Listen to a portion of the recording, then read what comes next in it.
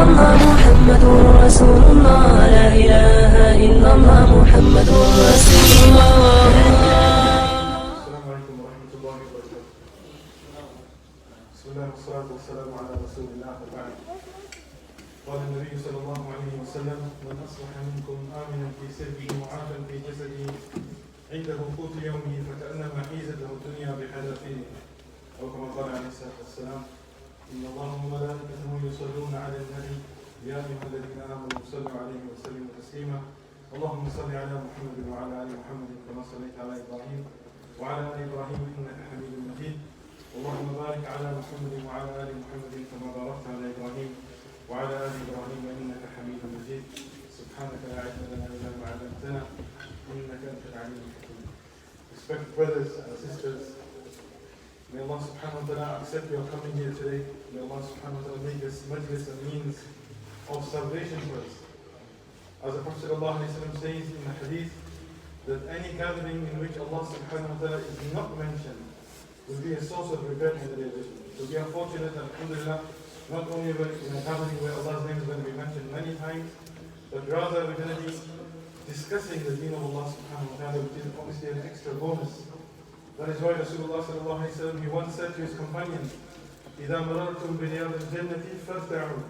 That when you go past the gardens of paradise, eat and drink as much as you can. So the Sahaba asked the Prophet sallallahu alayhi wa sallam, Ya Rasulullah, وَمَا رِيَاضِ الْجَنَّةِ. What are the gardens of paradise? Why? Because paradise is such, as the Prophet sallallahu alayhi wa sallam had previously explained, مَا لَا عَيْنٌ رَأَتْ وَلَا أُذْنٌ سَمِعَتْ وَلَا خَطَرَ عَلَى قَلْبِ بَشَرٍ. There's no eyes have ever seen the lights of paradise. No ears have ever heard the sound of paradise.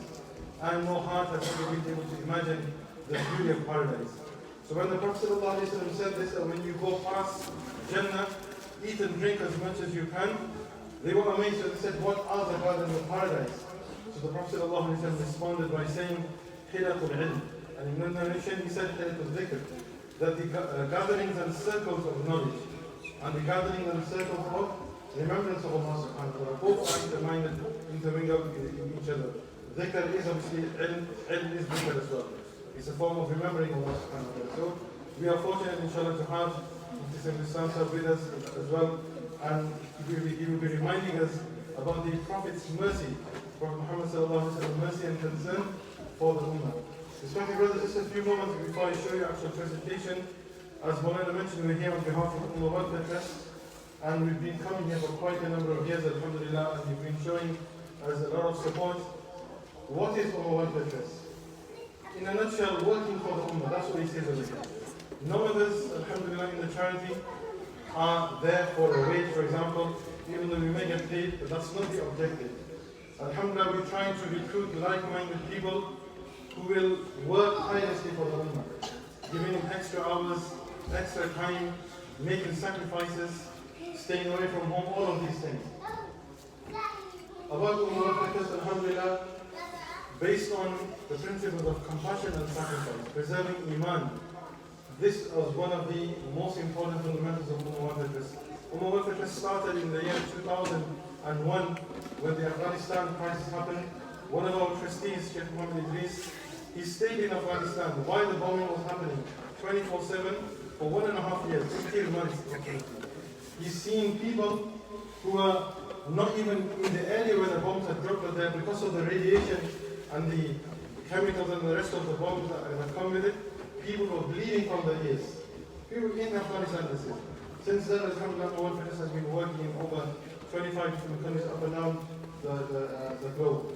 A very important thing about Ummah Welfare Trust, alhamdulillah, we was the first charity that started the 100% donation policy. What does this mean? This means that when you donate £1 or £1,000, me or the charity doesn't take even 1 pence from that money for our admin. Meaning that £1 or £1,000 goes in its totality to the people in need. If you donate for Palestine, if you donate for Bangladesh, if you donate for Burma, if you donate for Afghanistan, if you donate £10, then the whole £10 will go to them. We will not take 1 penny from that donation. The question arises, how do we cover the costs of, for example, the wages, the equipment, like this projector we have, the screens we have, the leaflets that we print, how do we cover the cost of that? Very simply, we have 4 different ways. Yeah? We start with this one. The first one is proceeds from the recycling of clothing. You may see outside many masajid, you have them green bins or blue bins, metal ones in which people put their old clothes inside.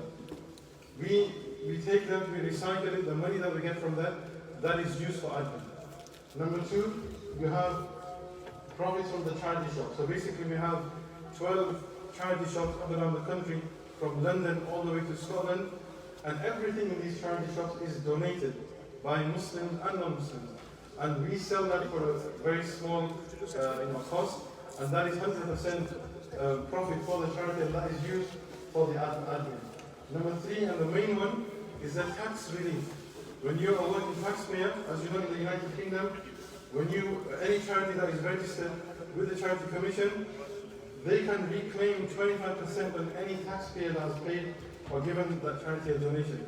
So if you're a taxpayer and you donate to Ummah Welfare Trust £100, we can reclaim from the government £25 of your tax that you paid. Yeah? That's another one. And then the last one, final one, is that anyone that donates money and he says this is not for Gaza or Afghanistan, this is for your own admin, then use that for your admin, and obviously we will use that. And not only that, when we have extra money, as you will see in the annual report, if you take one today, when we have extra money in our admin account, it doesn't just sit there. That money is then used to go back into the charity. So last year, I think, if I remember correctly, £1.1 million from the admin account was gone back into helping Muslims, making masajid, looking after orphans, looking after widows, and looking after children's education needs and stuff like that. These are our values which we pride ourselves in. First and foremost is obviously Iman and faith. Many people do charity work, and I'm not here to talk ill of them. The objective behind charity work for some people is just to get a bit of relief and satisfaction. So then you'll see them go on trips and say, okay, take a picture of me, I'm doing this, I feel happy now. That is not our objective. Our objective is that we're doing it because it's part of our Iman. And that is why that brings me to my next point. Ummah Welfare Trust, alhamdulillah, will never have fundraise in a haram way.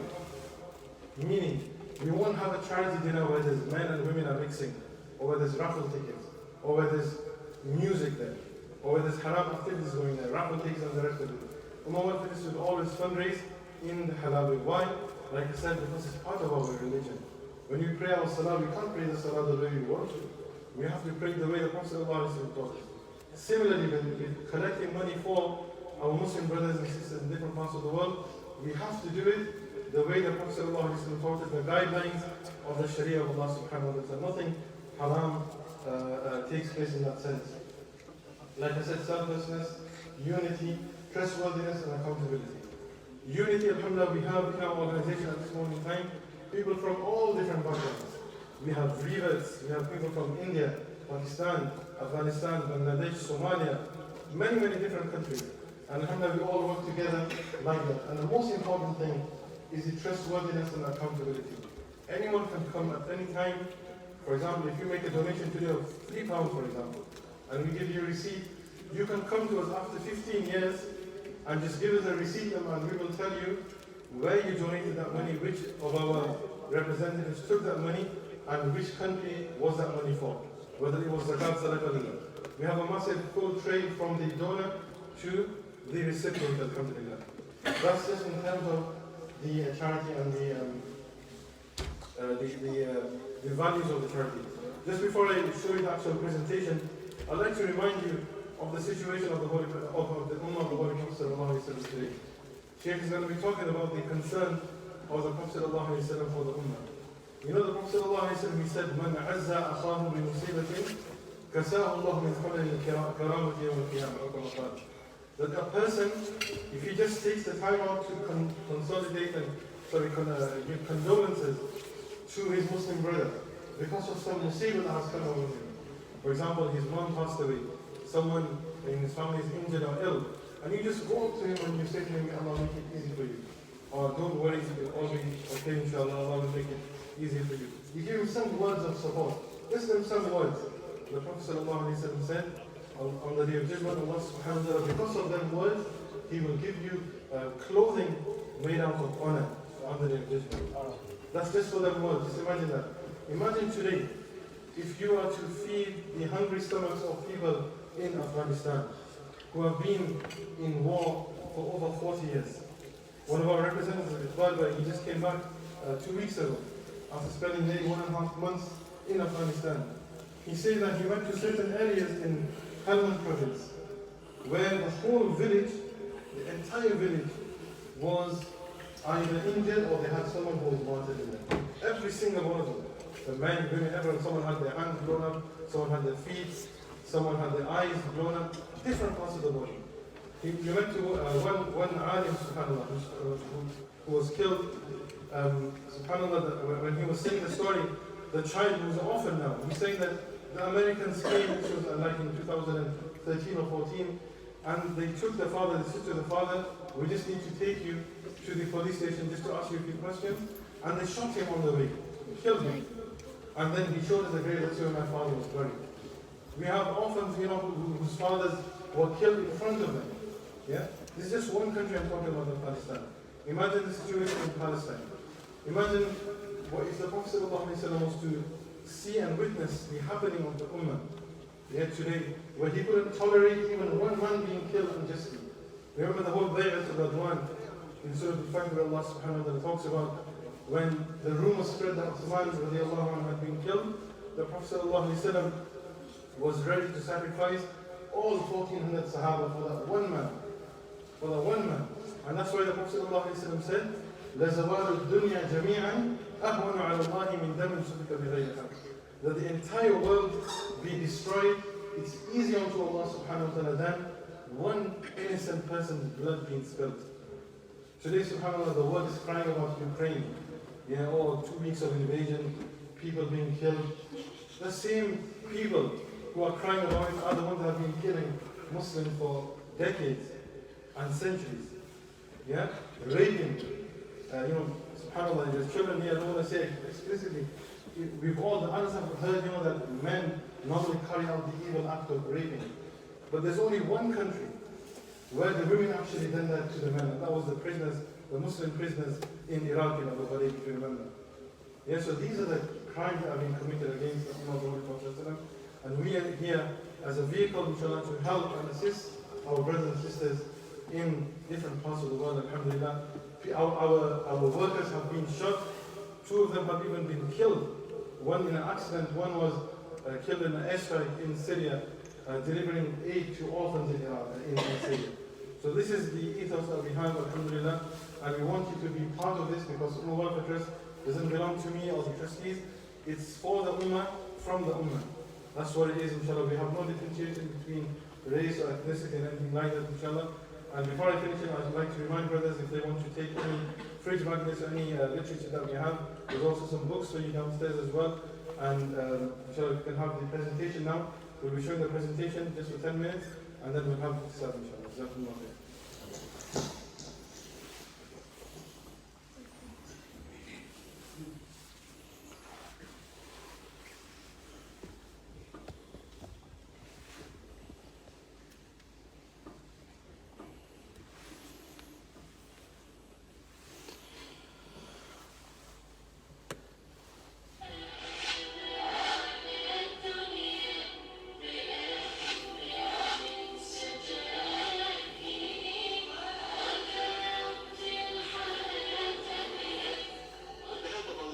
And in the sincere donations of Muslims like yourselves, Ummah Welfare Trust continues to help impoverished and abandoned Muslims around the world. The charity's relief efforts have increased considerably in the past year thanks to you all, improving the lives of our brothers and sisters, both near and far.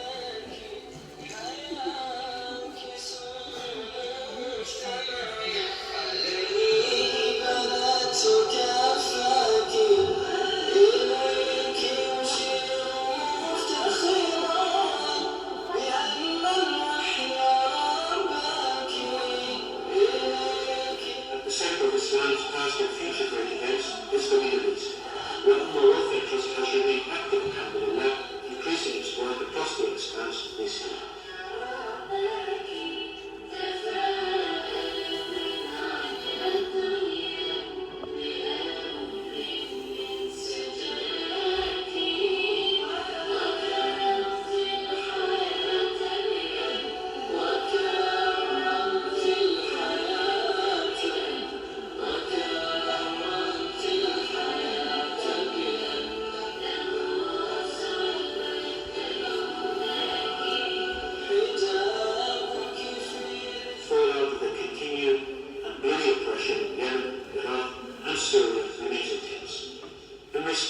Ummah Welfare Trust has delivered over £10 million of assistance to meet the needs of abandoned Muslims in these lands.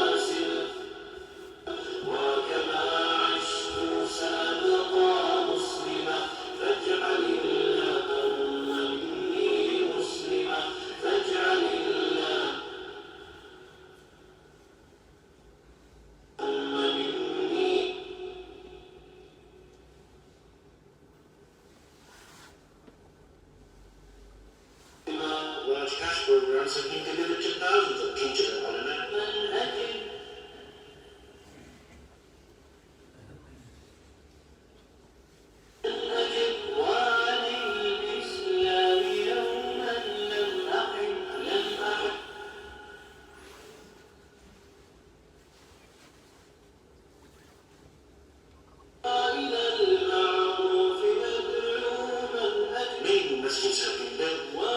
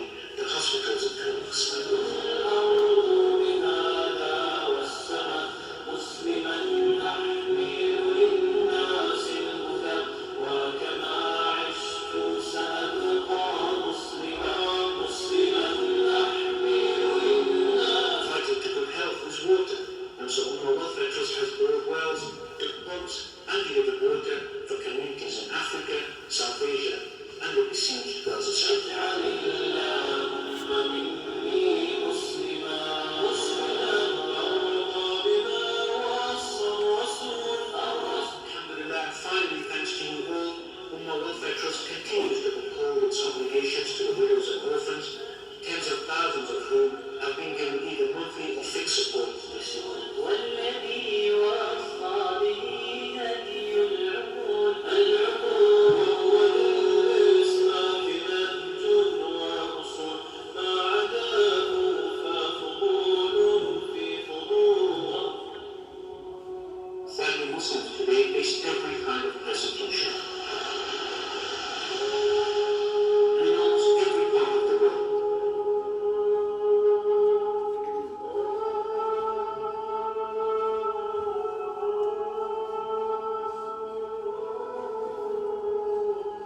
They were killed, impoverished, and expelled from ancestral homes.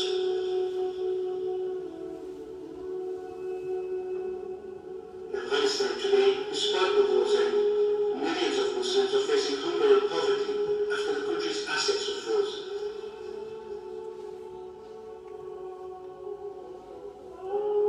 Our task for Allah is to help them in their distress and then to remain steadfast upon this.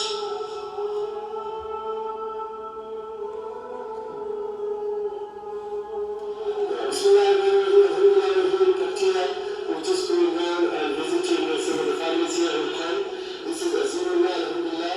He is an orphan, he's 10 years old, and he's come on behalf of his family. He is now the breadwinner of the family. He knew this. He's got two sisters to look after. He's got his mom to look after, and he goes out. Look at his hands. He goes out to cut to wood, and so that he can sell it and earn some money for his house. So this, alhamdulillah, this child is now a breadwinner for his family.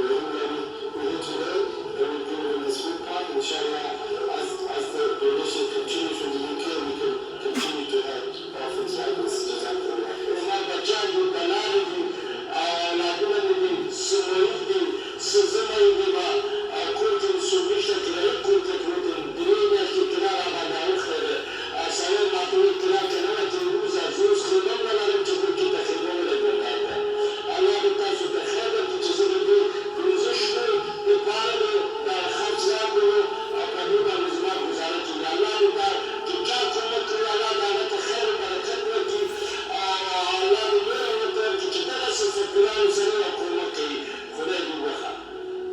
May Allah give us continued tawfiq to help these needy Muslims, as well as his global religion.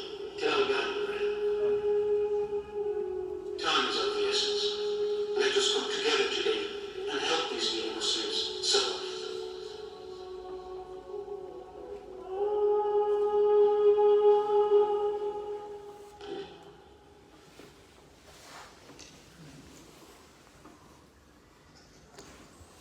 Jazakumullah khair. He said that was just a little glimpse into the work Ummah Welfare Trust is doing on your behalf. Continue to help the charity and anyone that is helping the Ummah of the Holy Prophet sallallahu alaihi wasallam. Without any further delay, inshallah, I'd like to call before you our guest speaker today, Mufti Saiful Islam Sahib, and may Allah subhanahu wa ta'ala bless him for accepting our invitation. He's going to be talking to you on the topic of the concern of the Prophet sallallahu alaihi wasallam. Just before I call you, inshallah, I'd just like to remind you, the Prophet sallallahu alaihi wasallam said a very amazing statement about Abu Bakr radiallahu ta'ala, and which we hear mainly in the Jum'ah khutbah.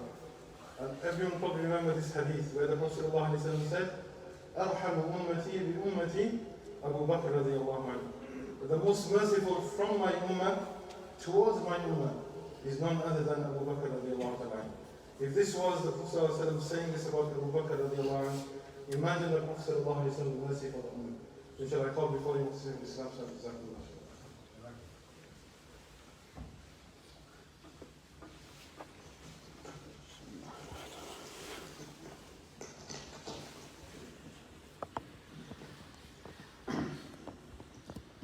السلام عليكم ورحمة الله وبركاته. إن الحمد لله نحمده ونستعينه ونستغفره ونؤمن به ونتوكل عليه ونعوذ بالله من شرور أنفسنا ومن سيئات أعمالنا. من يهده الله فلا مضل له ومن يضلل فلا هادي له. ونشهد أن لا إله إلا الله وحده لا شريك له ونشهد أن سيدنا ومولانا محمدا عبده ورسوله صلى الله تبارك وتعالى عليه وعلى آله وصحبه وبارك وسلم تسليما كثيرا كثيرا. أما بعد فأعوذ بالله من الشيطان الرجيم. بسم الله الرحمن الرحيم. وما أرسلناك إلا رحمة للعالمين. صدق الله العظيم. Respected ulama ikram, elders, brothers, mothers and sisters, and our youngsters, Alhamdulillah, we have just seen all these different things happening around the world, and mashallah, what Ummah Welfare Trust, how they have been helping and supporting the Muslim Ummah. The last point he said, which really got to me, is time is of the essence. The time is the most important. The time that we have here, the very short time in our life. The Urdu poet says that Umar daraz maan kar laaye the 4 din, do arzu mein kat gaye, do intizar mein. Umar daraz maan kar laaye the 4 din. I asked Allah subhanahu wa ta'ala for a very long life. I got 4 days. 2 days were just spent in hoping that I'm going to do this, I'm going to do that. And 2 were just wasted in waiting. In other words, I just wasted my life. The life that we have, time is of the essence. وَالْعَصْرِ إِنَّ الْإِنسَانَ لَفِي خُسْرٍ. By the token of time, mankind is in destruction. He's at a loss. Why? He's wasting this life that Allah subhanahu wa ta'ala has given us. What did our beloved Prophet sallallahu alayhi wa sallam say to Sayyidina Abdullah ibn Umar radiyallahu ta'ala anhuma? Ya Abdullah, إِذَا أَصْبَحْتَ فَلَا تَنْتَظِرِ الْمَسَاءِ. Oh Abdullah, when you are spending your morning, don't wait for the evening. وَإِذَا أَمْسَيْتَ فَلَا تَنْتَظِرِ الصَّبَاحِ. And when it's the evening, don't wait for the morning. كُنْ فِي الدُّنْيَا كَأَنَّكَ غَرِيبٌ أَوْ عَابِرُ سَبِيلٍ. Stay in this world as though you are a stranger or a wayfarer. Stranger person is a musafir. The Prophet ﷺ went even further, saying, no, you're just passing, you're just crossing a road. This life is so short. You know what's going to happen on the day of judgment? When we all will be there, standing in front of Allah subhanahu wa ta'ala, it will be the day of resurrection, the day of judgment. كَانَ مِقْدَارُهُ 50,000 سَنَةً. That one day will be 50,000 years long. And Allah subhanahu wa ta'ala is going to be asking one particular question. كَمْ لَبِثْتُمْ فِي الْأَرْضِ عَدَدَ سِنِينَ. How long will you stay in this world in terms of years? We all, every single one of us, we will be there. So in the Quran, Allah subhanahu wa ta'ala mentions the different answers, the replies people will be giving. يَتَخَافَتُونَ بَيْنَهُمْ إِلَّا بِثُّمْ إِلَّا عَشْرًا. They will be whispering to each other. Because of the sheer fear and the catastrophe of that day, they will be worried, they will be frightened, they will be whispering. يَتَخَافَتُونَ بَيْنَهُمْ إِلَّا بِثُّمْ إِلَّا عَشْرًا. They will be whispering to each other, no, what is Allah talking about? Years? No, we didn't stay for years. إِلَّا بِثُّمْ إِلَّا عَشْرًا. We stayed only for 10 days.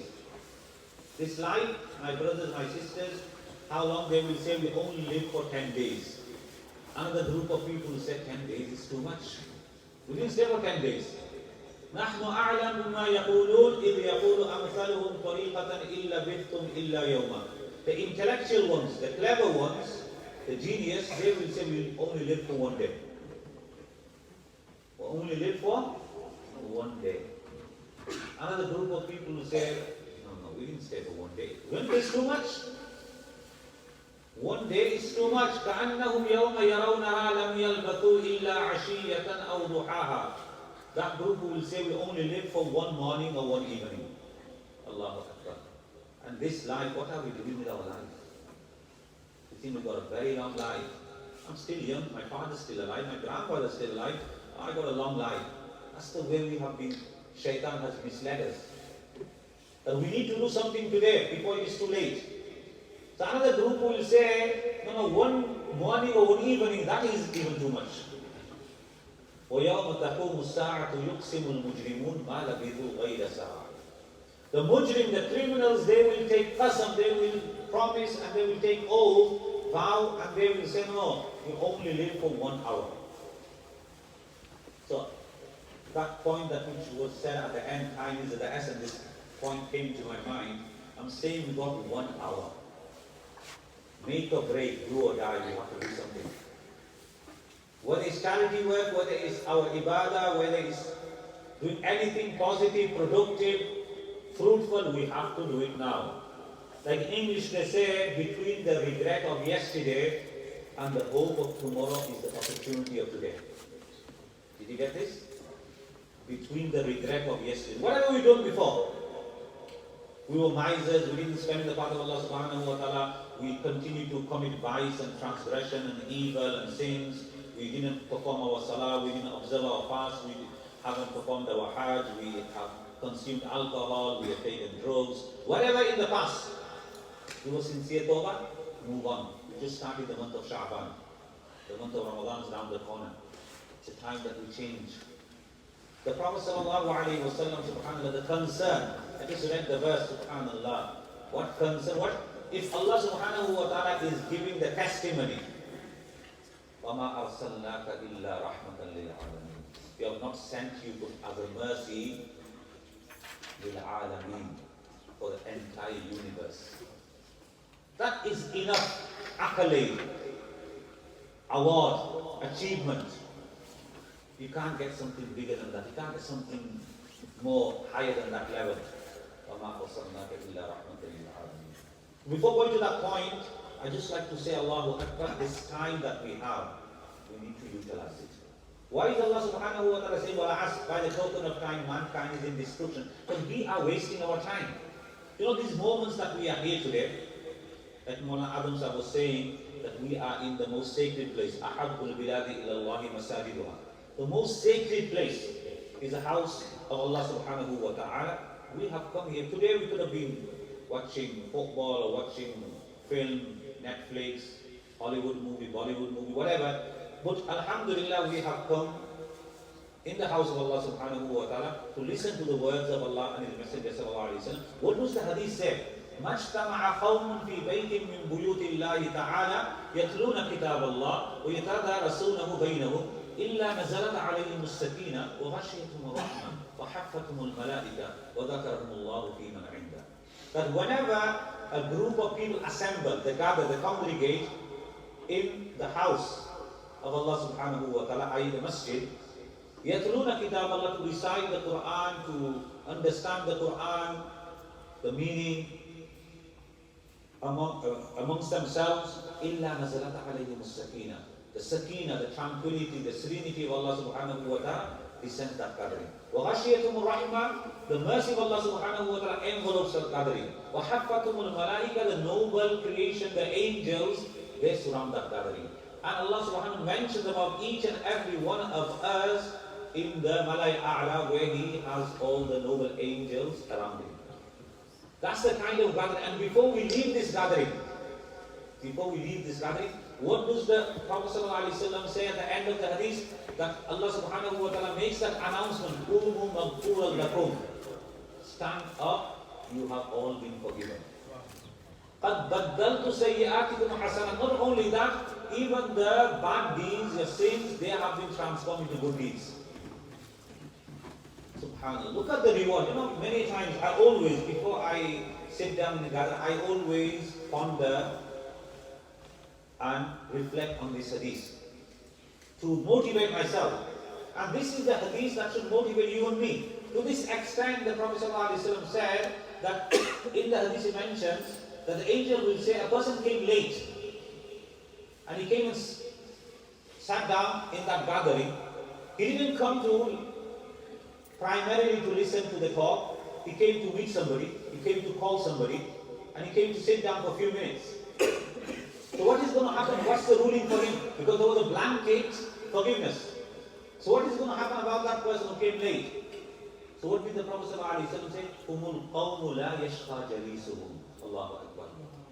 The people who are here, they are so beloved to Allah that anybody who just joins them, la yashqa, they will never be wretched. They will all be forgiven as well. So whenever, the point here is whether I'm sitting here, whether it's Mawlana Adam Sahib or Mawlana Naveen Sahib or anybody else, any scholar comes, any imam, any shaykh, or any Islamic talk, ta'aleem, tabligh jamaat comes, Jummah bayan, tafsir, whatever gathering, just keep that in your mind. Keep that in mind. Mufti Azam, Mufti Shafiq rahmatullahi alayhi, his son, who is Shaykh al-Islam, he says, my father, after the Fajr Salah, when a Tablighi brother used to stand up to say 6 points. And at that time, you usually put somebody who's the first time he has gone out in the path of Allah, and he's going to say for a few minutes, he's going to make so many mistakes. Mufti Shafiq rahmatullahi alayhi, he says, I sit down in that gathering with that intention that I will learn something from that person. Who is saying this? Allah. When I read this, I was completely, my mind was completely gone. I go, subhanallah. What is that? This is what you call humility. This is what you call a person who craves for knowledge. This is the thing. Today we think to ourselves, no, I know everything. Why should I sit down? This is the mentality that we have. We need to change that mentality. And our beloved Prophet sallallahu alaihi wasallam, subhanallah, the love for the Muslim Ummah. A hadith comes in mind that how much love that we should be having. You know, in every hadith, the words that the Prophet sallallahu alaihi wasallam says, Al-Fadhuhu Qasir wa Ma'anihi Kathir. The scholars mention, the words will be very short, very small, concise, but the meaning will be voluminous. It will be very tremendous. It will be volumeful. So basically, even the scholars mentioned, you know, Sayyidina Anas said, I had a small brother called Umair. So he used to play with this bird. And listen to this. So what happened was, once it happened that the bird died, and the Prophet ﷺ was passing by, he was very sad, upset because of his bird dying. So what happened was, he just to make him happy, to cheer him up, he said, Ya Aba Umair, ma fa'ala al-Nughair. Ya Aba Umair, ma fa'ala al-Nughair. Wa Abu Umair, what has your Nughair? Nughair will be referring to the bird. What has happened to it? Just to cheer him up. So scholars say that this word that he just said, this statement, this small phrase that he said, scholars have deduced over 70 different types of masail from that. You can imagine the words, every word that the Prophet ﷺ said, what deep meaning each and every word had. So in one particular hadith, the Prophet ﷺ says, Al-Mu'min mir'atul mu'min. A believer is a mirror of a believer. Concern, having that concern for the ummah. A believer having concern for another believer. Why did the Prophet ﷺ say a believer is a mirror? Why did he compare it to the mirror? Why did he give a similarity with the mirror? So scholars have mentioned so amazing things. I'll just mention a few. So, you know, a mirror is silent. So a believer, when a person looks at the mirror, he looks at his face. If you find a spot there, he will clean that. If any kind of dirt on his face or any other parts of the body, he will immediately clean that because he can see that. So a believer is a mirror. What does that mean? That he will tell his Muslim brother his defects, his faults, like a mirror. Mirror, does it scream? Does it shout? No, silent. So he will identify, he will politely tell his Muslim brother, these are your mistakes, these are your things, without screaming out, without informing other people. Al-Mu'min mir'atul mu'min. Number one. Number two, a mirror will never ever exaggerate. It will not, for example, you got one spot here, it won't show 10 spots. So a believer, when he is telling him about his mistake, he will not exaggerate, he will not flatter him, or he will not demoralize him. He will tell him everything according to what he has seen. Allahu Akbar. So basically, he will tell him what it is. Properly, without any flattering, without any lying. Number two. Number three, subhanAllah, you could look at the mirror 10 times a day. It is not going to say, how many times you look at me? So a believer, if somebody comes to you once, twice, 3 times, 4 times, 5 times, you're not going to get fed up. You will always be happy and accommodating to give your view and give your opinion and suggestion to him. Subhanallah. Al-Mu'min mir'atul mu'min. Fourth, a believer, subhanallah, look at the mirror, the same mirror, somebody else goes to that same mirror. So the mirror will not speak out, oh, that one was so obese, was so fat, and this and that. He will never tell you. So somebody has come to you for some advice, confidential. Somebody else comes, you will never ever divulge that. You'll never ever disclose that. So you won't say, the person before you, he was so funny, he was so ugly, he was this and that. No, nothing. Complete silence. SubhanAllah. That's what a believer is. This is just a simple example. This is just a simple example of the Prophet ﷺ having the concern for the Muslim ummah. Like, have good thoughts. You know what the Prophet ﷺ said? That, oh my Sahaba Ikram, I do not want anybody coming to me with any kind of complaints regarding any of my companions. Why? Because I want to meet each and every companion of mine with a clean heart. With a clean heart. What did he say to Anas radiyallahu ta'ala? Ya bunayya, in qadarta an tusbiha aw tumsiya wa laysa fi qalbi ghishun min ahad faf'al fa innahu min sunnati wa man ahabba sunnati faqad ahabbani wa man ahabbani kana ma'i fil jannah. What words, Allahu Akbar. That, oh my beloved son Anas, if you can, these are the qualities that we need to get in ourselves. The Prophet ﷺ concerned that, you know, how we can live with harmony, how we can live with peace. We don't have this. What is the Prophet ﷺ said, the prophecy, what is going to happen in the Muslim Ummah now? What did he say? يَكُونُ فِي آخِرِ الزَّمَانِ. I'll finish the hadith later, and this hadith just come in my mind. What did he say? That a time will come, the latter time, just before we approach Qiyamah, أَقْوَامُ الْإِخْوَانُ الْعَلَانِيَةِ.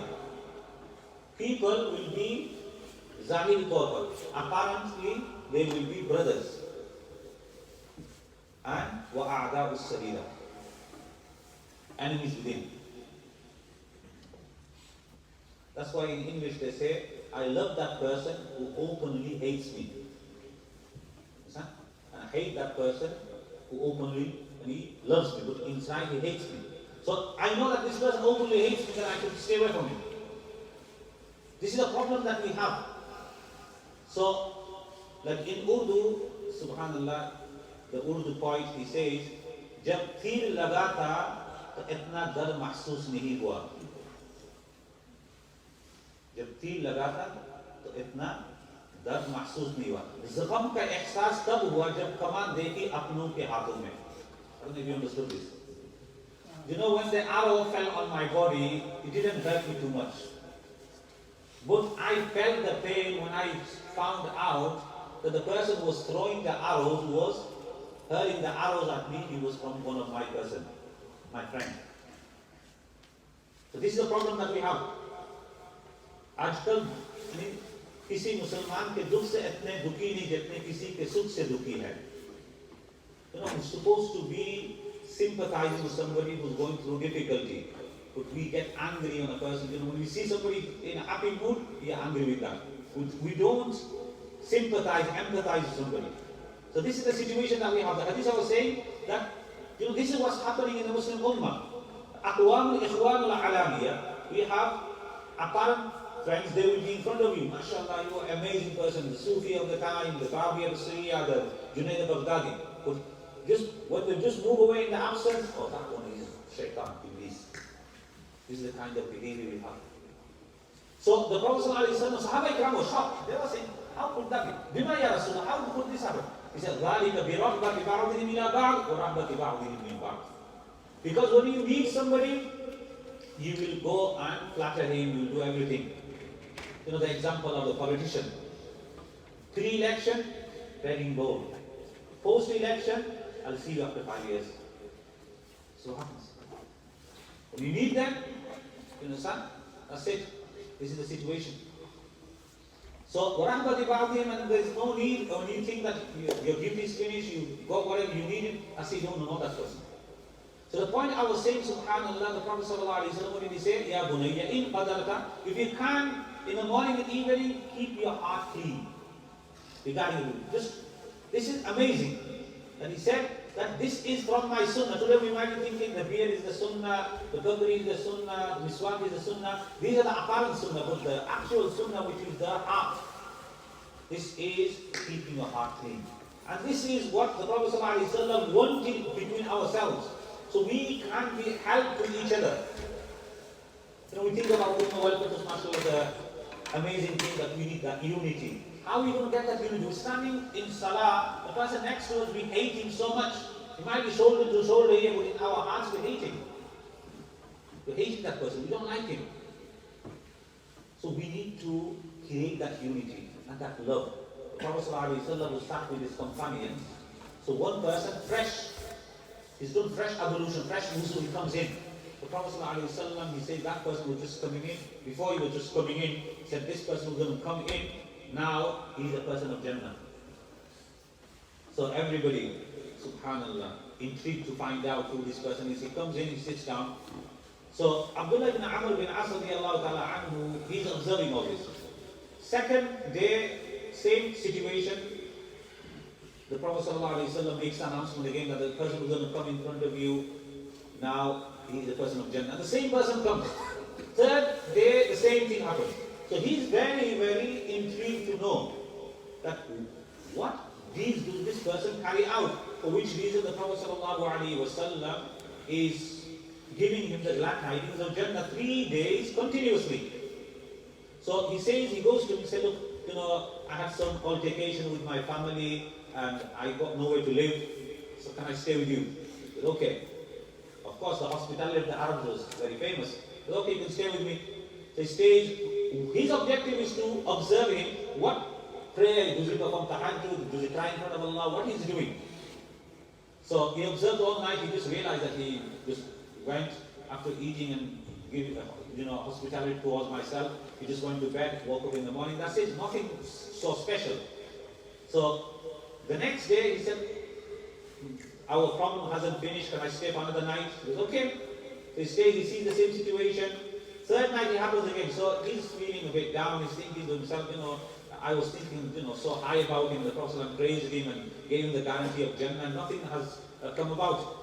So when he was leaving, and the host asked him that, is everything okay? He goes, no, then he said, please tell me. So he said, this is the reason, that the Prophet ﷺ for 3 days continuously mentioned that the person who's going to come in front of you now is a person of Jannah, and all the 3 days you were the person who came. So I wanted to know what special practice, what special deed you carry out for which Allah's Prophet ﷺ has given you that status. There's nothing, you've seen me at night, I don't do anything special. He goes, okay, that's no problem. So when he went to sleep, he called him in, come here.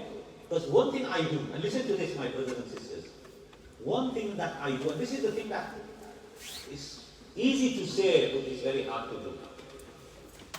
Easy to say, hard to do. He said, every night before I sleep, and if we can take this on board, the concern what our Prophet had for us, that we have that compassion, that love, that affection, that generosity, that kindness, that leniency between ourselves. But he said, before I go to sleep, I clear my heart, I clean my heart, I purify my heart from any enmity, any hatred, any jealousy regarding any Muslim brother or sister. Look at the concern, look at what he had for the Muslim brother. Each and every one of us, we will live happily. Look, his concern was so much, when you read the hadith, his concern. إِذَا طَبَخْتَ مَرَقَةً فَأَكْثِرْ مَاءَهَا وَتَعَاهَدْ جِيرَانًا. Allahu Akbar. Just this small hadith, when we read it, when I'm teaching the students, I think, look at the love and affection that he. What does that mean? إِذَا طَبَخْتَ مَرَقَةً. Just listen to this. إِذَا طَبَخْتَ مَرَقَةً. When you cook any soup, any food at home, Maraqah actually means soup, just basic salad, just curry. فَأَكْثِرْ مَاءَهَا, just increase the water, make it a bit more, وَتَعَاهَدْ جِيرَانًا, and keep an eye on your neighbors. So the hadith says that a person cannot be bleeding over جَارُهُ جَائِعٌ إِلَى فِي جَنْبِهِ, that he cannot be bleeding, said that 3 times, whilst his neighbor is hungry by his side. Allahu Akbar. The concern for the Muslim Ummah, the shafqat, the mercy for the Muslim Ummah. That's why Allah subhanahu wa ta'ala, He praises the Prophet sallallahu alaihi wasallam. We have not sent you but as a mercy for the entire universe. He didn't say lil Muslimin. He didn't say lil nas. For animals, for plantation, for Muslim, for non-Muslim, equally. How? What did He say? Even in battlefield, He said, make sure that you don't burn trees. plantation, vegetation. Animals, Allahu Akbar, we talk about RSPCA and RSPB and all these things. You know, the hadith says, subhanAllah, اتَّقُوا اللَّهَ فِي هَذِهِ الْبَهَائِمِ الْمُعْجَمَةِ فَارْكَبُوهَا صَالِحَةً وَاتْرُكُوهَا صَالِحًا. Allahu Akbar. اتَّقُوا اللَّهَ فِي Allah فِي هَذِهِ الْبَهَائِمِ الْمُعْجَمَةِ, regarding the mute animals. Just because they can't complain directly, be about it. في هذه البهائم المعجمة فاركبوها صالحا واتركوها صالحا. When you mount on them, make sure they are in good state. They have had their food and drink. They have rested properly. So get on them when they are talking about the mules, the donkeys, the horses, the camels of that time. That make sure that they have eaten, they have properly drunk, they have taken rest properly, then mount on them. And before you completely exhaust them, before you completely tire them off, get dismount from them.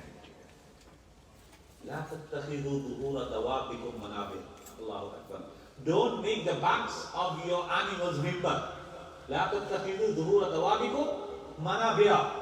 Don't make the backs of your animals mimbar. In other words, like pulpit, you're sitting all day long, because this is lifeless. Animals don't. If you need to talk long conversation, dismount from your animal and then talk. Like anybody else as well. That get down from the animal and then talk. Give them some rest. Allahu Akbar. If that was the case of animals, to this extent, the Hadith of Bukhari mentions that woman who caged the cats. The Prophet ﷺ, when he went to Mi'raj, he saw this woman.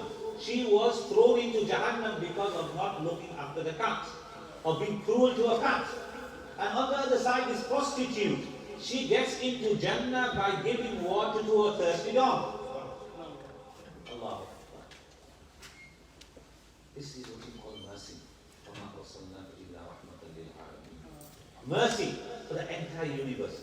He wanted that, love and happiness. To this extent, Allahu Akbar, every hadith will give you the glimpse, will give you the very clear indications of His mercy.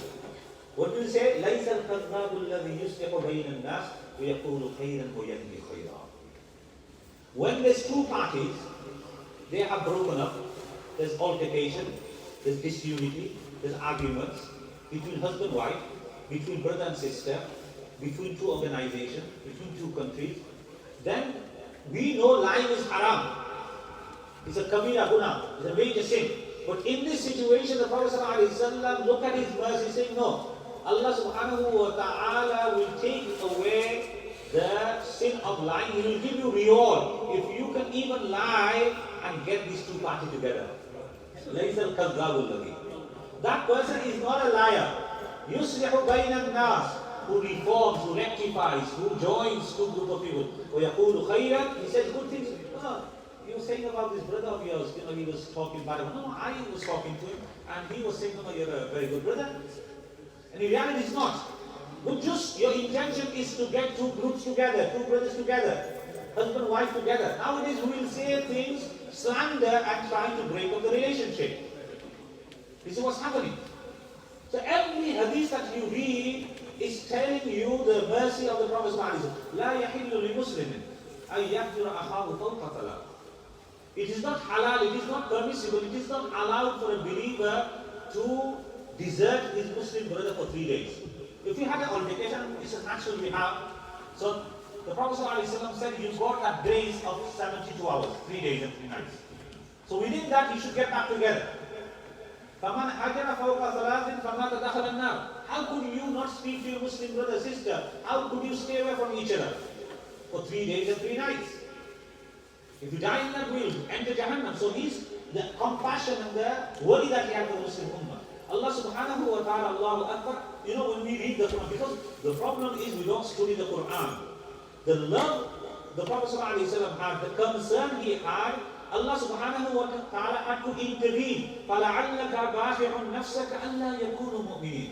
You are going to kill yourself. Oh my beloved Prophet, you are going through so much grief and sorrow and sadness that you're going to kill yourself. Baqi', the word baqi in the Arabic language means completely just going to disintegrate, and you're going to destroy yourself because of the excessive worry. Excessive worry is the Prophet ﷺ. If you look at the shama'il of the Prophet ﷺ, his attributes and qualities, the scholars, the muhaddithun mention about the Sahaba Ikram mentioning about the attributes of the Prophet ﷺ, kana da'im al-fikra. Kana da'im al-fikra. He was always worried.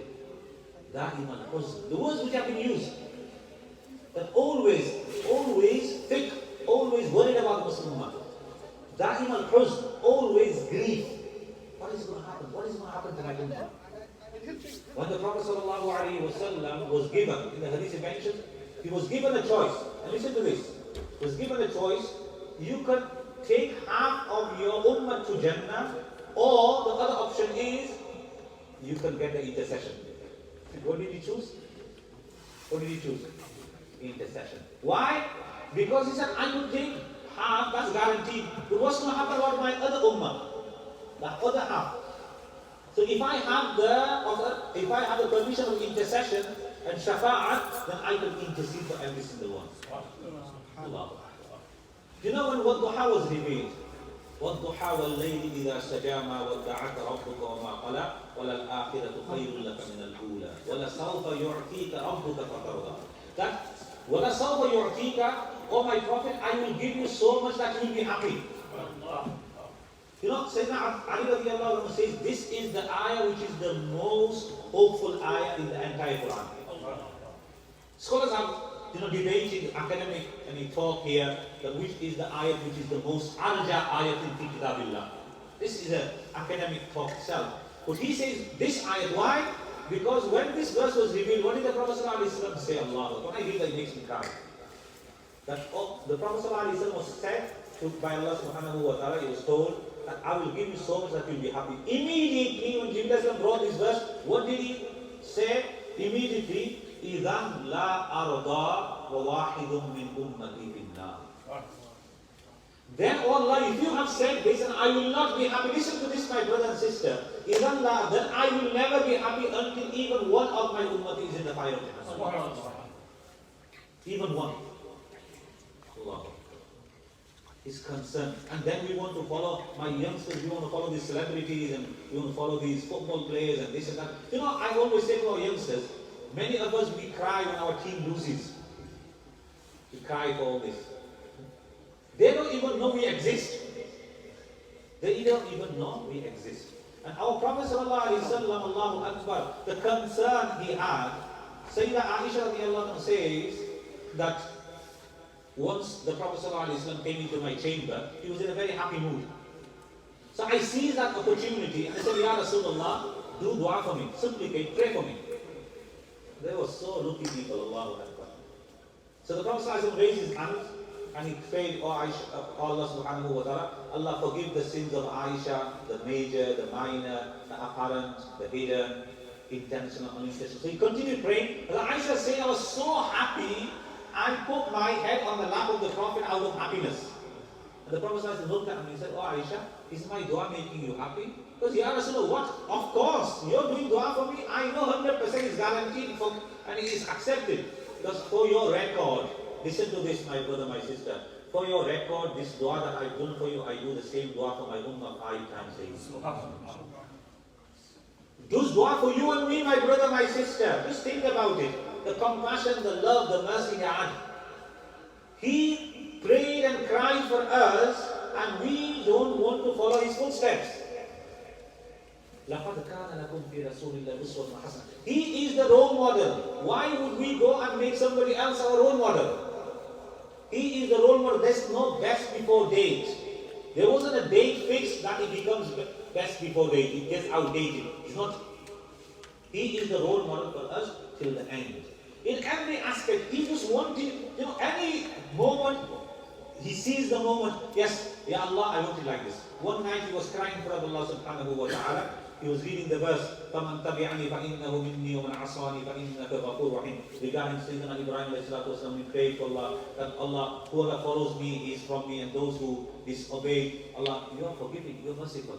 Then he read about the words of the saying of Sayyidina Isa alayhi salatu wasalam, the supplication he did, in tu'adhibhum fa innahum ibaduk wa in taghfir lahum fa innaka antal azizul hakim.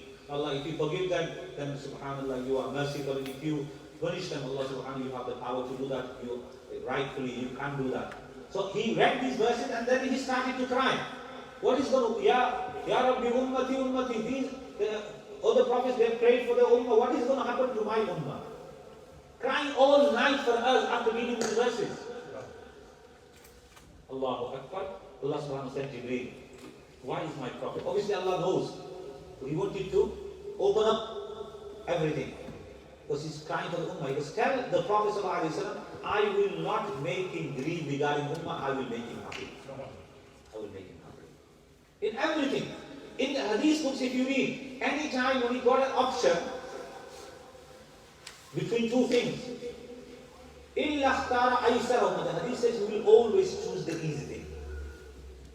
You know, in the hadith he mentions how much concern he has. Even the minute things, he has so much concern. He's performing his salah, and his salah was جُعِلَتْ قُرَّةُ عَيْنِي فِي الصَّلَاةِ. Meri aankhon ke jandat namaz mein. The coolness of my eyes is my salah.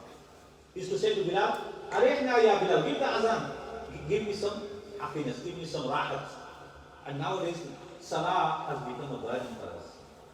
Salah has become a burden. That salah, the Prophet ﷺ, he was taken to Mi'raj to be given as a gift. We have taken it as a burden.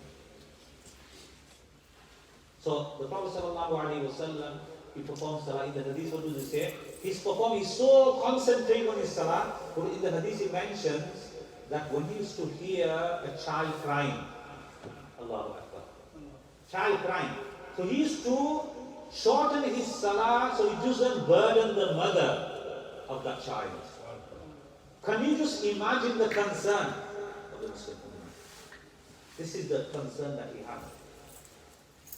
We're coming to Ramadan, the Taraweeh Salah. You know, Taraweeh Salah, there's so much debate. Is it 20, is it 10, 8? And I always say, for 1400 years, there was no debate on that. Nobody ever thought about it's going to be 8, it's 20, 20, and it's all the scholars, all the imams, 20.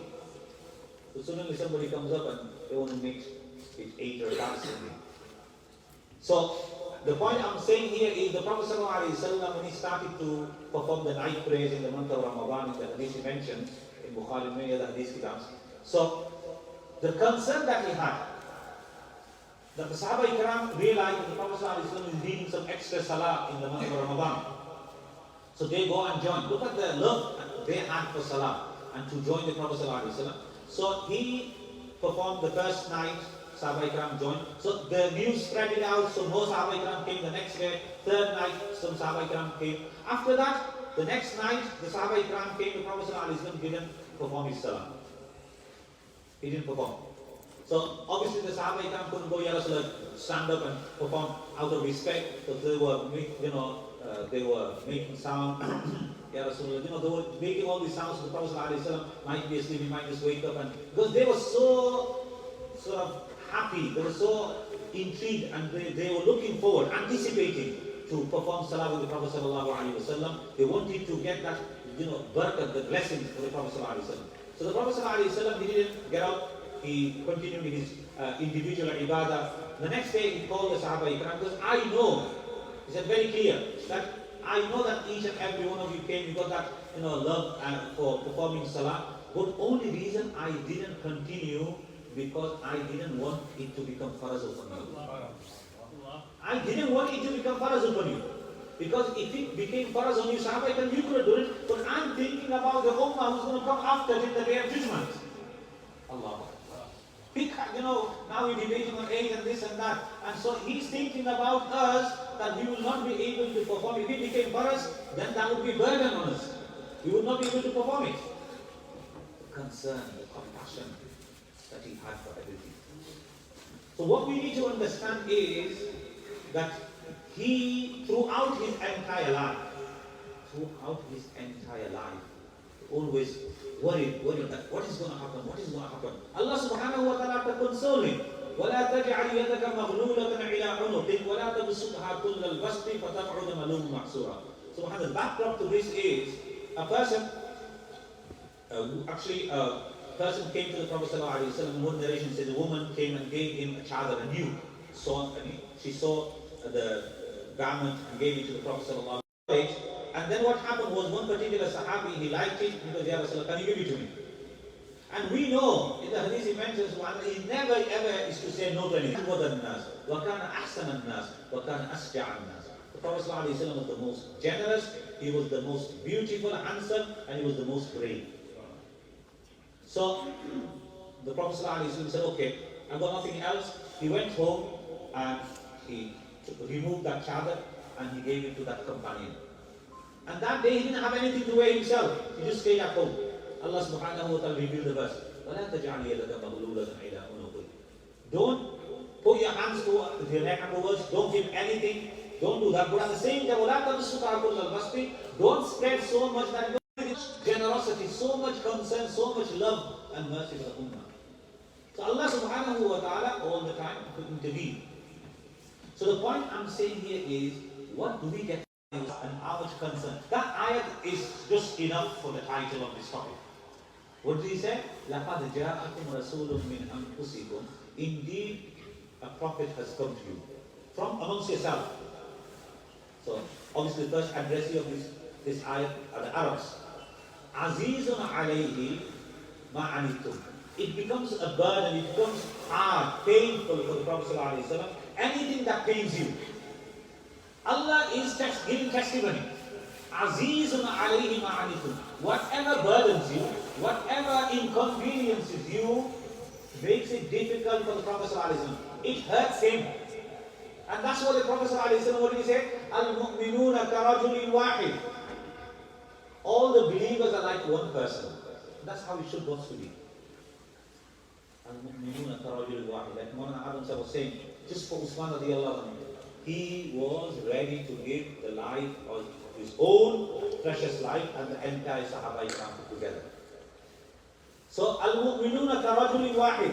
All the believers are like one person. In ishtaka aynuhu ishtaka rasu. Ishtaka aynuhu, if his eye is paining, then all his body is paining. In ishtaka rasu ishtaka kullu. If his head is pain, he's got headache, then all his body is in pain. That's how it should be. So, azizun alayhi ma'anitum. It burdens him, it inconveniences anything that makes you in difficulty. And harisun alaykum bil mu'minin. Allahu Akbar. And at the same time, he always wants goodness for you. He wants goodness for you. Harisun alaykum bil mu'minin. And then there are two qualities we're talking about. Ra'uf, Rahim. Shafqat karne wala, meherban. Very affectionate, very merciful. Very affectionate, very merciful. So Allah subhanahu wa ta'ala has sent our beloved Prophet sallallahu alaihi wasallam. We are seated here because of him. لَقَدْ مَنَّ اللَّهُ عَلَى الْمُؤْمِنِينَ. لَقَدْ مَنَّ اللَّهُ عَلَى الْمُؤْمِنِينَ. So basically Allah subhanahu wa ta'ala is saying here, so لَقَدْ مَنَّ اللَّهُ عَلَى الْمُؤْمِنِينَ إِذْ بَعَثَ فِيهِمْ رَسُولًا مِّنْ أَنفُسِهِمْ. That indeed Allah subhanahu wa ta'ala has shown mercy على المؤمنين upon the believers. إِذْ بَعَثَ فِيهِمْ رَسُولًا مِّنْ أَنفُسِهِمْ. When he sent amongst yourself a prophet. يَتْلُو عَلَيْهِمْ آيَاتِهِ. What's the mission of the Prophet ﷺ? He recites the verse, and وَيُزَكِّيهِمْ, he purifies him. وَيُعَلِّمُهُمُ الْكِتَابِ, and he teaches you the book. So three goals, three objectives of his coming to this world. So one is reciting the Quran. And the month of Ramadan is coming, let us get connected with the Quran. I was saying that subhanallah, Hafiz ibn Hajar, I will just digress a bit here. I just want to say these 3 points that we're just coming out of the woods of the coronavirus and everything. So, Hafiz ibn Hajar rahmatullah alayhi, he said that at the time, in his time, there was a pandemic. Daily 6,000 people used to die. We never had this even in the peak of the pandemic. So the scholars came to a point and they said, how can we find a remedy for this problem? Like we have all the physical, medical side of things, take the vaccine, put mask on, social distancing, isolation, all this. But we haven't thought about the spiritual side. So they said 3 things. I just briefly want to run through these 3 things. Number 1, what did we say? That we need to frequent the masjid. Allahu Akbar. that in this pandemic, and we have gone completely opposite of that. So first thing, they said we need to frequent the masjid. I know many brothers, subhanAllah, they still 2 years down from the masjid. And you tell them, no, I'm shielding. But I said, brother, I saw you in the wedding with 500 other people. The shielding only takes place in the masjid. You're working, you're a taxi driver, you meet so many hundreds of people, that's okay. But it's masjid, no, shielding. I'm vulnerable, danger. So this is the problem. So first thing is we need to frequent the masjid. We need to get back to the masjid. My brothers, don't let Islam just be a part-time thing. Month of Ramadan comes, it will be full. After Ramadan finishes, it's gone. Like there was a youngster in our local masjid. So all entire Ramadan he was there. On the day of Eid Zohar time, I saw him going the opposite direction. I said, brother, namaz, because Ramadan finished. I said, Ramadan finished, namaz not finished. He said, no, Shaykh, I just took 1 month off and then now I have to get back to work and I'm busy now and the rest is for you. So the Mawli Sahib, the Imam Sahib. Allah. This is the mentality. We have become a part-time Muslim and we appease ourselves. We appease ourselves, make ourselves happy. You understand? On a lighter note, subhanAllah, we have a nikah service, Al-Mu'min nikah service. In Al-Mu'min nikah service, there's a question there which says that, are you practicing? Who is getting married, the boy or the girl? So there's a question, are you practicing? So there's 3 boxes there, you have to tick one of them. Practicing, not practicing, trying to practice. 90% will take practicing. On further interrogation, further questioning, my brother, can you tell me what do you mean by practicing? Shaykh, I need Jummah, I need Eid namaz, and in the month of Ramadan I do come for first few tarawih, the last few tarawih, in the middle I don't come, but I do come first and last. This is our definition of practicing. Sister, you put down practice, what do you mean? Shaykh, in the month of Ramadan I do put the dopat down. Now I get a tasbih from the Islamic bookshop and I do a tasbih and everything. I do fast, when I can. That's the definition of practicing. We appease ourselves. We make ourselves happy. Alhamdulillah, I'm a believer. I'm a true believer. This is the thing. The Mawli Sahib, he came into the masjid for a bayan and he became very passionate about those people who don't read namaz. So he said, "Bhai, jo log namaz nahi padhte ho gadhe hain." He got very angry and said, "Jo namaz nahi padhte ho gadhe hain." Obviously, some people who came after the distribution to the bayan, they got offended. When he was leaving, they stopped him because, Mawli Sahib, aapne hame gadhe kaha? He called us donkeys. No, I didn't call you donkeys. I called those people who don't read namaz. Because hum to namaz nahi padhte. So he started scratching his head and goes, oh no, what shall I say now? So he thought, अच्छा, आप लोग ईद की नमाज नहीं पढ़ते? जुमा की नमाज नहीं पढ़ते? हम पढ़ते, आप लोग गधे नहीं हैं. That's our mentality. We appease ourselves. That's it. Alhamdulillah, we're doing everything right. This is, on our profile we put down, boycott Israel and do this and do that. That's it. And we appease ourselves. I'm doing, I'm a Muslim, I'm a Kurd. I got, all the different kind of things on my profile and all this about Islam and things like that. So just theoretically we're doing all this. Practical is zero. We have to walk the talk.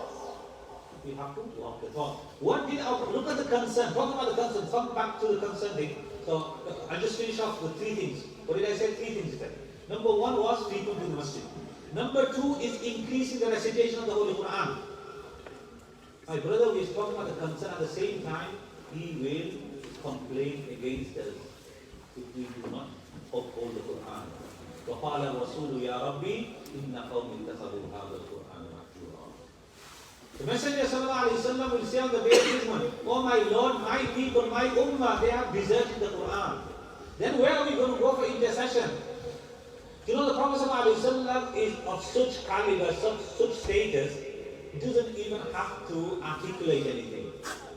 He just thinks about it. Allah subhanahu wa ta'ala is ready to give. Like the changing of the Qibla. Allah subhanahu wa ta'ala said, قَدْ نَرَى تَقَلُّبَ وَجْهِكَ فِي السَّمَاءِ. We just saw your eyes turning towards the heaven. Allah subhanahu wa ta'ala, he didn't pronounce it, he didn't articulate it, he didn't say it. Allah subhanahu wa ta'ala said, فَلَنُوَلِّيَنَّكَ قِبْلَةً تَرْضَاهَا. Allahu Akbar. That's that prophet. And on the day of judgment, my brother, when everybody, even the mightiest of all messengers, they will be saying, Ya Rabbi, Sallim, Sallim. We will be running from one prophet to the other, from Adam alayhi salam to Nuh alayhi salam, from Nuh alayhi salam to Ibrahim alayhi salam, from Ibrahim alayhi salam to Musa alayhi salam, from Musa alayhi salam to Isa alayhi salam. And the end, when we will come to the Prophet sallallahu alayhi wasallam, he will be in the state of sujood, in the state of prostration. And in the hadith it comes, Allah subhanahu wa ta'ala will say, Irfa Rasa. Oh my beloved, raise your hand. Sal tu'ta. Sal tu'ta. Ask, you will be given. He is of that level. Sal tu'ta. You just have to say it. And then if we are ignoring the Quran, then and he's going to object, he's going to complain against, where are we going to go? Ishfa to shaffa. Intercede, your intercession will be accepted. Intercede, your intercession will be accepted. So the point what we need to learn is the dilemma that we are facing. It's not going to get better. You know, this just comes in my mind. You know, at the time of the Sahaba Ikram, Sayyidina Anas radiallahu anhu, the hadith is narrated by Imam Bukhari rahmatullah in Sahih. He said, Zubayr ibn Adi says, Atayna Anas ibn Malik. I came to Anas ibn Malik radiallahu ta'ala anhu. فَشَكَوْنَا إِلَيْهِ مَا نَلْقَى مِنَ الْحِجَّاجِ. So we complained to Anas radiallahu regarding the atrocities, the tyranny, the injustice of Hajjaj. Hajjaj bin Yusuf Thaqafi, he was the governor nominated and assigned by Abdul Malik bin Marwan at that time. At that time, there was still a lot of Sahaba Ikram still living.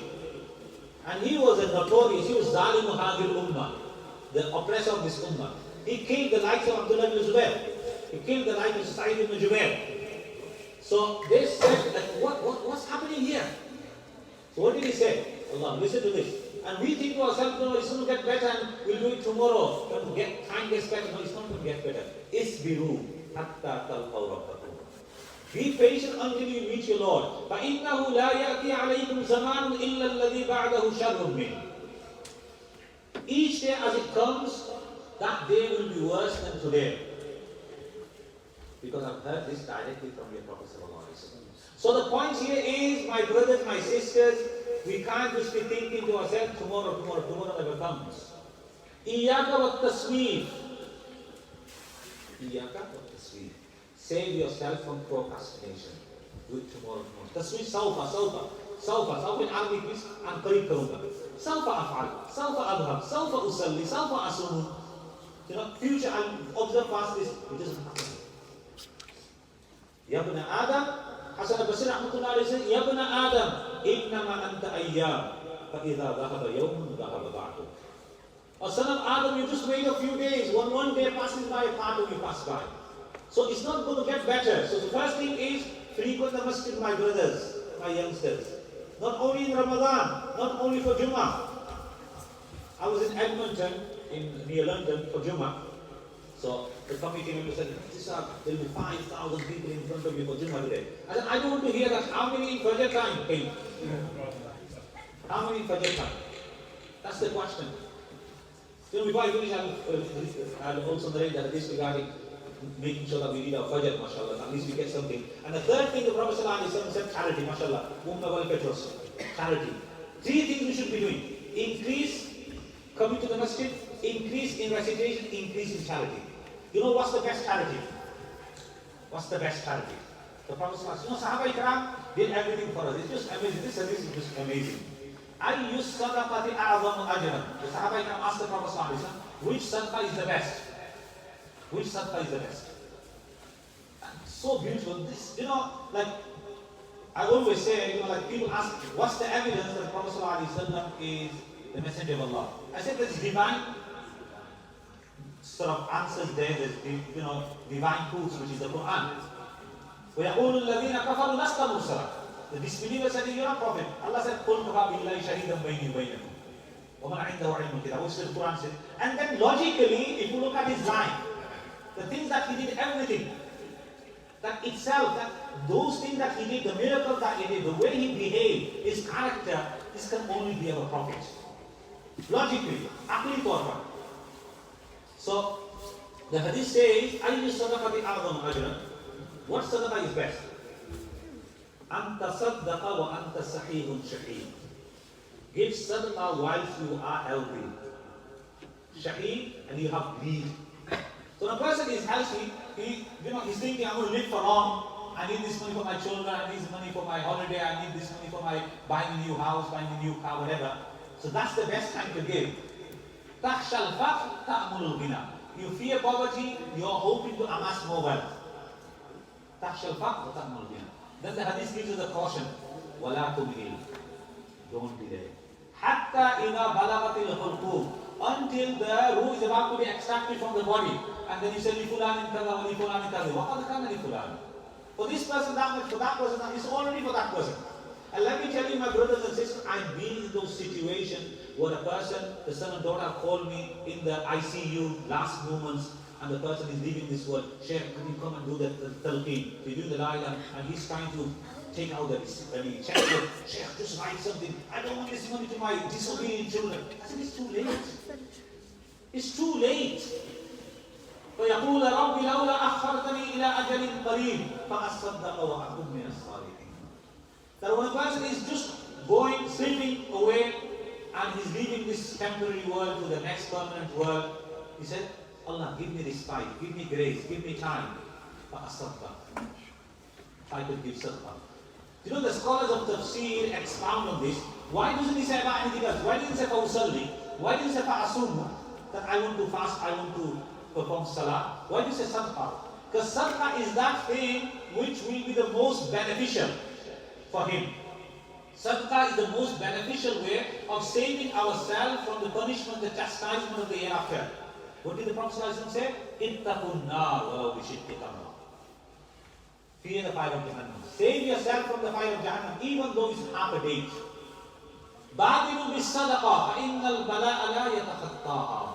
Compete in giving sadaqah because the calamity doesn't surpass it. فَإِنَّهَا تَدْفَعُ مِيتَةَ السُّوءِ. It stops a person from having a bad death. These are the qualities of sadaqah. So the Prophet ﷺ has said this, that subhanallah, give sadaqah. And to this extent, even cure your ill people by giving sadaqah. We'll only give it at the last moment when we have no other way of saving the person. You know, it reminds me of light and note, subhanallah, this incident, Hakimun and Shaykh mentions. Because this person, you know, his son was leaving this world, he was very critical, the doctor said he's going to die. So, but nowadays, you know, we do mannat at that time. And the hadith mentions, making those vows, nazar manna, it doesn't take away anything, but it takes out money from the bakhil person, from the miser. So we should not be, it's like making a condition with Allah. You should always be giving. A believer is always generous. So what this person did, when he heard this, he goes, Allahu Akbar. So he went into the masjid, he came running to the masjid. Like some people, like those people who don't have knowledge, they say, I have to go into the masjid and pray and raise my hand and say, Allah, if you save my child, I will give a cow in the path of Allah. He said that, he went running back. He saw the child, what's happening and this and that. So he's talking a bit now, like, it's good. Because there's a chance he will be hopefully surviving. If he survives, the cow is too much. He goes back running to the masjid. Because Allah, is martaba, guy ni bakri de dunga. He comes down a bit. And he goes back and the child is sitting down and he's eating and everything. MashaAllah, he's surviving this. He comes back and goes, is martaba, bakri ni chuza de dunga.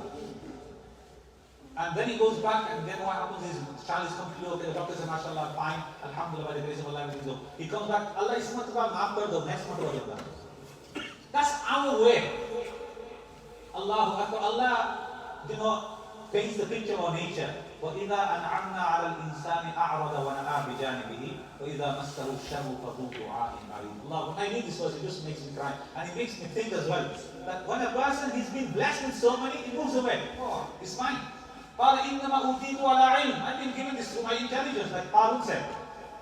Oh, I'm a successful businessman because I am very shrewd businessman. I'm very punctual on my time and business. Everything attributed to him. And when difficulty approaches him, فَذُو دُعَاءٍ عَرِيضٍ. Lambi chori dua karne wala. The way Allah says in Allahu Akbar, فَذُو دُعَاءٍ عَرِيضٍ. his hands are raised and he's doing dua. Allah do this, Allah please, please, and please forgive me, please, take this difficulty away, this calamity away. This is the nature of mankind. Allah. So what we need to realize is, subhanallah, that we need to understand the purpose of life and what our beloved Prophet ﷺ has done for us. Two things we need to take away today. One is the purpose of life. We can't be just wasting time. Is short, as I mentioned before. And number two is the Prophet ﷺ has done everything that he needed to do. He has said, وَكُمْتُمْ عَلَى شَفَا حُفْرَةٍ مِّنَ النَّارِ. Allah says that you were just on the brink of falling into Jahannam. فَأَنْقَذَكُمْ مِنْهَا. The Prophet ﷺ came. The hadith mentions, subhanAllah, the beautiful hadith. He says, it's like, the example of me is like a person who has just lit a fire and the moths are coming into the fire. And I am that person, understand, the fire of Jahannam is there, and I'm trying to get hold of your waist. In the hadith mentioned, the salwar that you wear and the lace, so basically, I'm trying to get hold of that lace and I'm trying to pull you out, and you are just trying to move away and you're trying to get away from me and fall into the Jahannam. I'm trying to get you out. This is an example which is given. So before I finish, I will be saying that hadith to you about, and that's also, it's amazing how his concern was. Every night, listen to this very carefully. In the hadith of Bukhari, in chapter of Kitab al-Tahajjud, Imam Bukhari rahmatullahi mentions, يَأْخِذُ الشَّيْطَانُ عَلَى قَافِيَةِ رَأْسِهِ إِذَا هُوَ نَامَ ثَلَاثَ أُخَرَ. When a person goes to sleep, shaitan puts 3 knots. He ties 3 knots. يَضْرِبُ كُلَّ أُخْتَةٍ عَلَيْكَ لَيْلٌ طَوِيلٌ فَارْقُدْ. And on every knot, he said, عَلَيْكَ لَيْلٌ طَوِيلٌ. Have a long night. Go to sleep. Don't wake up for Fajr. So, are we waking up for Fajr or not? Did we wake up today in the morning? Are we waking up or are we not? We have to be a full-time Muslim. So listen, shaitan puts that knot. You, me, everybody. فَإِنِ اسْتَيْقَظَ فَذَكَرَ اللَّهِ. If he wakes up, فَذَكَرَ اللَّهِ, and he remembers Allah subhanahu wa ta'ala, إِنْ حَلَّ الْقُدَّةِ. One knot is taken out. And he does the dua, Alhamdulillah, الَّذِي أَحْيَانَ بَعْدَ مَا تَعْلَمُونَ. And فَإِنْ تَوَضَّى إِنْ حَلَّ الْقُدَّةِ. And when he does wuzu, the second knot is taken out. فَإِنْ صَلَّى إِنْ حَلَّ الْقُدَّةِ.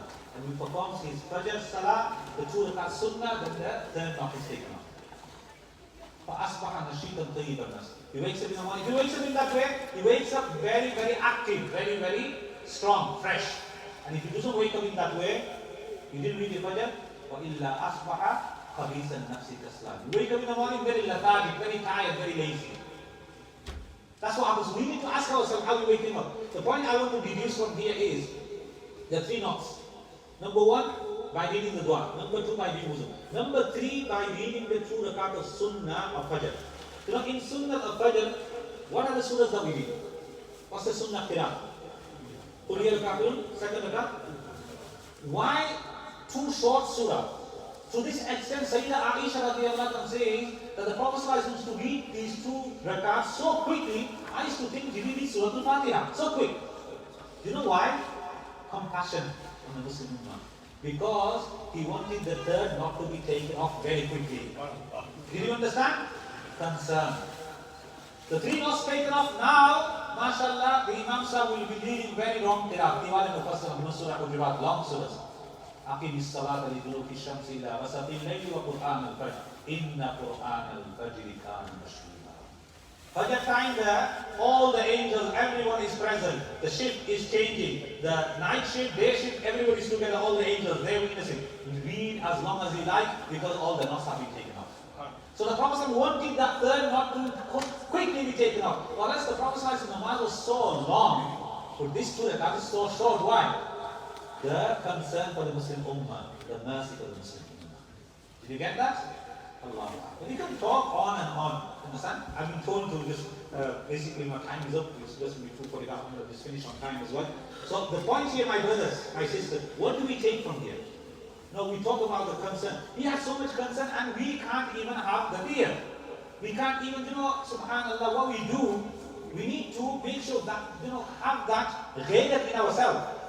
That, the Prophet ﷺ, subhanAllah, is doing so much for them. These people, you see those people who got short back and sides and the way, the fashion and all this.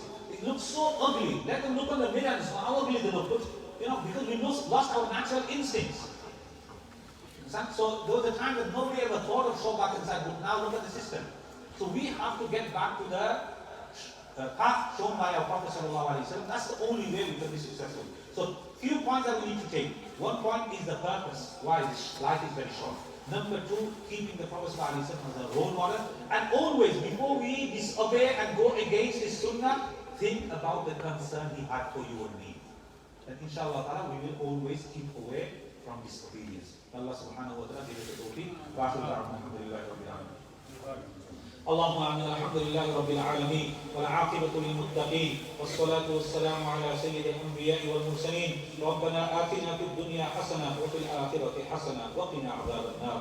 اللهم زدنا ولا تنقصنا، اللهم زدنا ولا تنقصنا، وأكرمنا ولا تهنا، وأعطنا ولا تحرمنا، وآثرنا ولا تؤثر علينا، وأرضنا وارض عنا يا رب العالمين. اللهم إنا نرجوك، اللهم إنا نرجوك ألا تدع لنا في مقامنا هذا ذنبا إلا غفرته، ولا هما إلا فرجته، ولا كربا إلا نفسته، ولا دينا إلا أديته، ولا سؤالا إلا أعطيته، ولا دعاء إلا أجبته، ولا تائبا إلا قبلته، ولا عسيرا إلا يسرته، ولا مبتلا إلا عافيته، ولا ولدا إلا أصلحته، ولا ضالا إلا أديته، ولا فتى يريد الزواج إلا زوجته، ولا عقيما إلا وهبته، ولا مريضا إلا شفيته وعافيته، ولا بيتا إلا رحمته، ولا حاجة من حوائج الدنيا والآخرة هي لك رضا ولنا فيها صلاة إلا أعنتنا يا رب العالمين. اللهم إنك عفو كريم تحب العفو فاعف عنا. Allah subhanahu wa ta'ala accept this gathering. Allah subhanahu wa ta'ala descend your tranquility,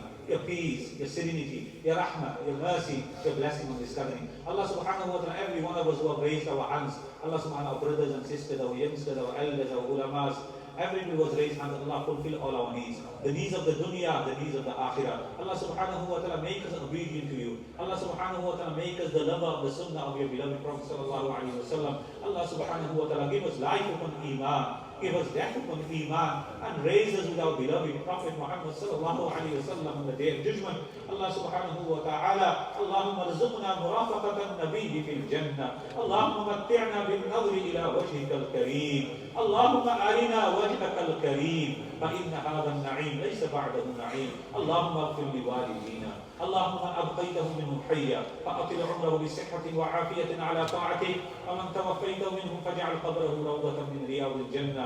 اللهم اجعل آخر كلامنا من الدنيا شهادة أن لا إله إلا الله وأن محمدا رسول الله غير غضبان وأنت عنا راض يا رب العالمين. اللهم صل على محمد كلما ذكره الذاكرون، اللهم صل على محمد كلما غفل عن ذكره الغافلون. سبحان ربك رب العزة عما يصفون وسلام على المرسلين والحمد لله.